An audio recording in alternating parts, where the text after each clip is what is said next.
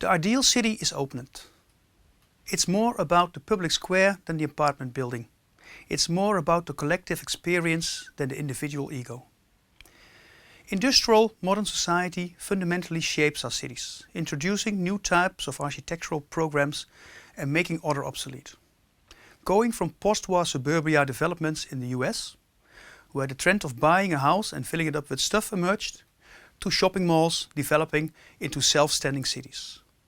Industrial society was driven by work habits and an attitude of duty towards work.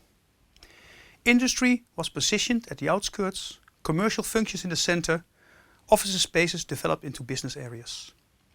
Complete ownership was extremely important, but this is slowly changing today. Society shifts from an ownership-defined model to a sharing model. Economic activity is no longer defined by industrial development, but by sharing and collaborating with others.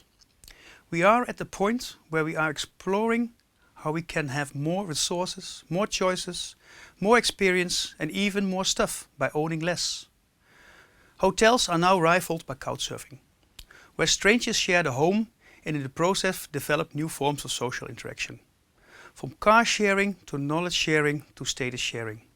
Sharing seems to become the motto of our times, in very much contrast with the owning of previous decades. We are beginning to be more and more focused on experience than on objects. One of the most striking results of this is the ever-growing percentage we allocate to leisure and social interaction. We spend roughly 35% of our waking time involved in leisure activities, and this takes up almost 10% of our expenditure and about 7% of our GDP. In a world seemingly moving towards a sharing model of society and redefining the concept of ownership in a more collective sense, new types of spaces are needed. What is clear is that the landscape architecture and urban design are uniquely equipped to deal with such circumstances. The city needs spaces for sharing, for interaction and for the collective.